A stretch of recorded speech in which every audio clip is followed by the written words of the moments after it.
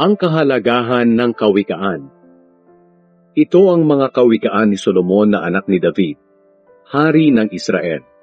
Sa pamamagitan ng mga kawikaang ito, magkakaroon ka ng karunungan. Maitutuwid mo ang iyong ugali at mauunawaan mo ang mga aral na magbibigay sa iyo ng karunungan.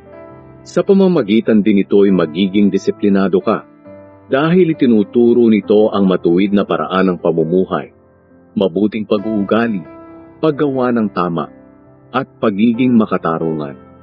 Makapagbibigay ito ng karunungan sa mga walang kaalaman at sa kabata ay magtuturo ng tamang pagpapasya.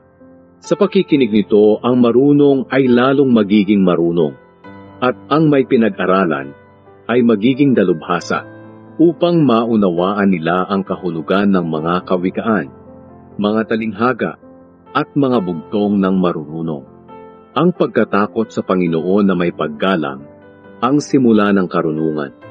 Ngunit sa hangal, walang halaga ang karunungan at ayaw niya maturuan upang maituwid ang kanyang pag-uugali.